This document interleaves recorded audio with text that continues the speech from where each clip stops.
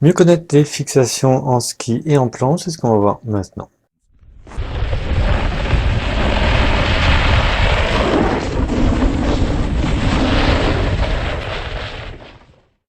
Salut, alors je vais essayer de vous donner aujourd'hui une vue d'ensemble sur ce qui existe comme fixation en planche et en ski. Alors pour les détails, ce sera dans des séries plus spécifiques.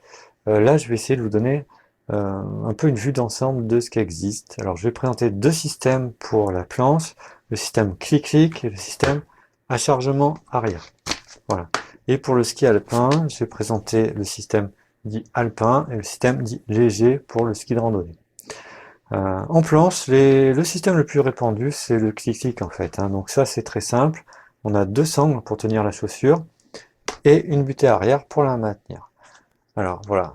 Donc pour régler, d'où le nom de clic-clic.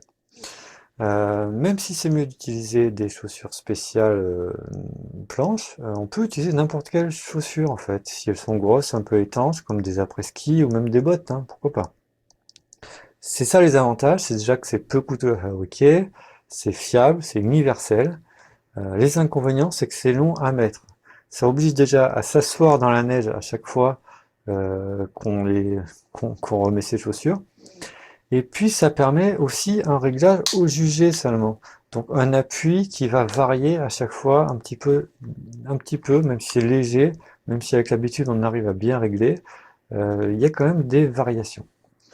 Autre système, c'est le système à chargement arrière. Donc ça, c'est pour moi de loin ce qui se fait de mieux, surtout si on arrive à trouver comme ça avec une grosse sangle sur le dessus comme ici. Ça, c'est le top du top.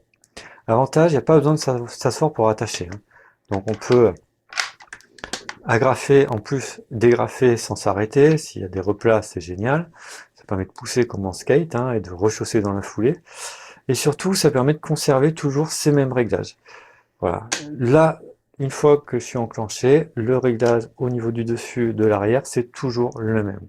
Donc ça, c'est vraiment super. En plus, avec une bonne sangle comme ça offre un toucher de neige qui est parfait. Inconvénient, ça nécessite des chaussures spécialement adaptées. C'est pas universel comme les autres fixations. Là, il vaut mieux avoir des chaussures spéciales.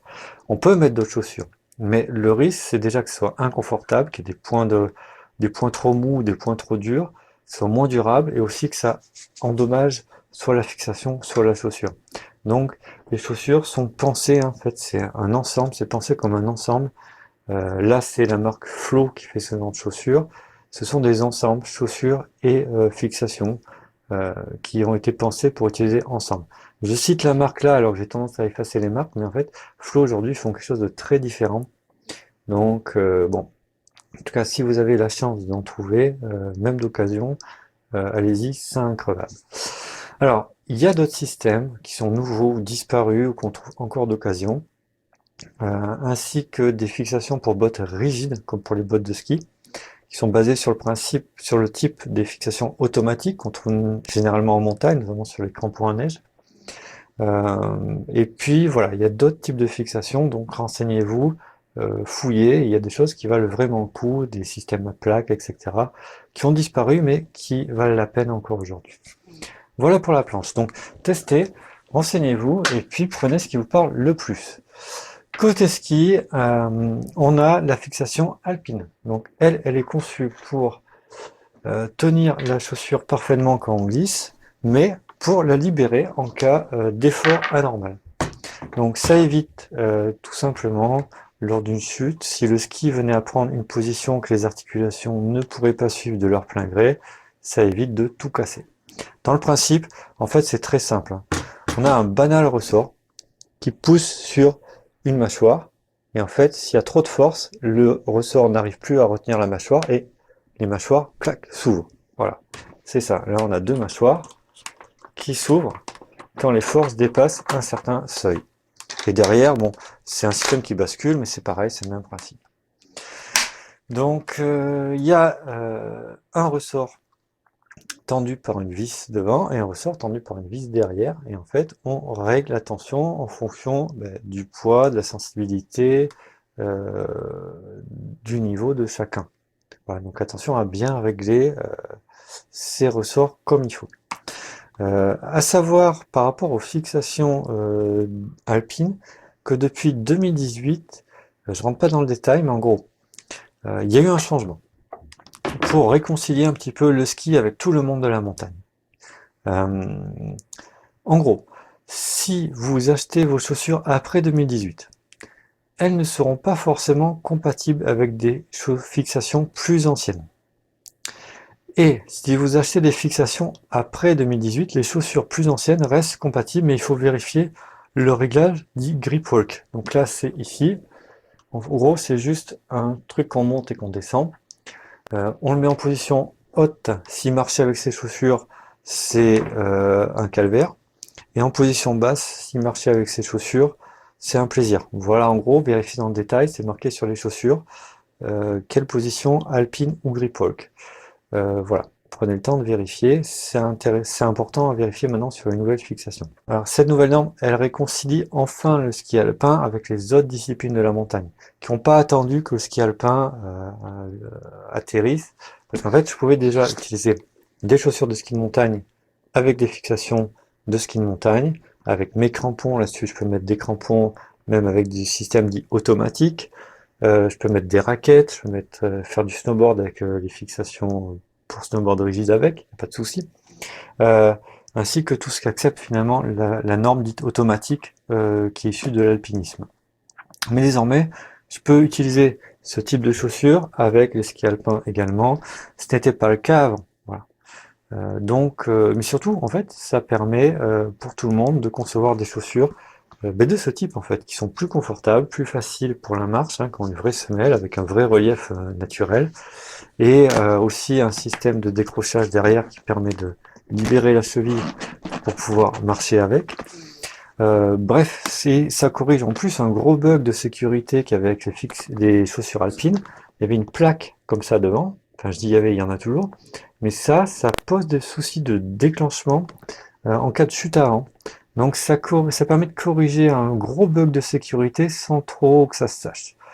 Bref, les choses ont évolué au niveau de la fixation alpine et on est sur un système plus universel qu'auparavant. Enfin, issues du ski de montagne viennent les fixations dites légères. Donc pour ça, il faut impérativement avoir sur ces chaussures à l'avant, de part et d'autre, des ergots, en fait, des trous. Voilà. Donc qui vont permettre de venir ici sur sa fixation. Hop. Là. Voilà. Qui vont permettre de venir fixer la chaussure comme ça sur l'avant. Voilà, ça permet de faire des pas glissés pour la montée. Donc il y a un mode marche sur ce type de fixation. Plusieurs modes à buter pour quand on monte dans les montées. Et un mode descente. Où voilà, on a la chaussure qui est tenue exactement comme sur du ski alpin. Avec un ressort à l'arrière, un ressort à l'avant, exactement comme le ski alpin, pour libérer la chaussure en cas d'effort anormal. Donc, c'est très épuré ces fixations de type légère en apparence, ça a l'air très léger, mais en fait, ça fonctionne super bien. Personnellement, ce sont même avec ces fixations que j'ai le plus confiance par expérience. Il existe aussi des fixations mode marche qui ressemblent plus aux fixations alpines. Donc là, il n'y a pas besoin d'ergot sur les chaussures, on peut utiliser avec des chaussures classiques de ski alpin. Par contre, ça pèse un petit peu plus lourd, ça coûte assez cher, même pratiquement plus cher que ce genre de fixations, qui sont pourtant un peu plus sophistiquées. Mais bon, je pense que c'est appelé à se démocratiser dans le futur.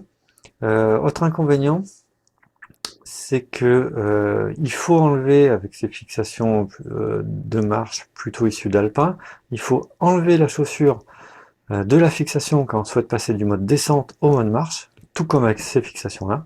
Mais il faut aussi le faire pour l'inverse, parce que là, il n'y a pas besoin, on peut faire au moins une transition sans enlever la chaussure. Alors concernant les chaussures, pour le snowboard, c'est simple, c'est en gros au ressenti si on est sur un système universel, et sur une chaussure adaptée au type de fixation si on est sur une fixation un peu singulière, comme celle que je vous ai montrée. Par contre, pour le côté ski, là, c'est autre chose. Ce que je vous conseille, c'est déjà de prendre une chaussure de type Gripwalk, cette nouvelle norme. Éventuellement avec 2 ergots de part et d'autre de l'avant de la chaussure, si vous envisagez de monter ça sur des fixations de ski de montagne, des fixations dites légères. De la Gripwalk, ça va être plus confortable, ça va être plus sympa. Ensuite, se poser la question de la forme intérieure. L'idéal, c'est d'aller dans un magasin avec un scan 3D, même si c'est encore marginal. Sinon, on peut déjà vérifier au moins 2 choses. Déjà, que le pied est bien posé et étalé au fond de la chaussure, sans gêne ni contact avec les bords. Là, il y a d'autres écoles qui disent le contraire, mais pour moi, c'est vraiment important. Être capable de ressentir qu'on a le pied bien posé sur le fond de la chaussure. Ça fait une sacrée différence. Et ensuite, que la chaussure, elle est compatible avec le fonctionnement de ses propres articulations. Je vous montre ça en image. Alors en fait, quand vous fléchissez le genou de manière naturelle, voilà, là je suis naturel. Donc moi j'ai un pied qui est peut-être un peu intérieur naturellement. Certains auront un pied un petit peu extérieur. Voilà, ça dépend. Donc quand vous achetez vos chaussures, essayez de tenir compte de ça, de bien aligner votre genou, votre cheville, et puis voir comment se comporte votre pied. Certaines marques de chaussures ou certains modèles seront plus pour des pieds un peu intérieurs, d'autres extérieurs, etc. Voilà, donc être bien posé au fond de la chaussure, avoir une chaussure qui accepte notre morphologie telle qu'elle est, c'est vraiment pour moi 2 points essentiels. Il y en a d'autres, mais j'y reviendrai plus tard. La chaussure, à savoir aussi que ça participe à rigidifier le ski localement. Donc c'est préférable qu'elle soit plutôt souple avec des skis souples et réciproquement. Mais c'est pas déterminant non plus, ce qu'on appelle le flex. Bref, le plus important, c'est tout de même d'avoir une chaussure dans laquelle on se sent à l'aise, on a chaud et on est en confiance. Ça, c'est vraiment le plus important. Alors avant de finir, je déconseille les semelles qui sont dites personnalisées, qui viennent combler l'arche qu'on a sous le pied. Les arches plantaires, ils sont pas extrêmement développés chez l'humain par un étonnant hasard, en fait. Elles jouent un rôle fondamental dans l'équilibre et la station debout. Donc laissez-les fonctionner, laissez-les faire leur travail, s'il vous plaît. Voilà. En tout cas, si vous avez des soucis d'équilibre, enlevez-les, c'est la première chose à faire. Voilà, donc si vous connaissez d'autres types de fixations, vous avez des idées pour améliorer les choses, n'hésitez pas à le faire savoir dans les commentaires, à dire si vous êtes d'accord, pas d'accord. En tout cas, nous on se retrouve très bientôt. Merci d'aimer, merci de partager. D'ici là, glissez bien, amusez-vous bien, portez-vous bien. Ciao.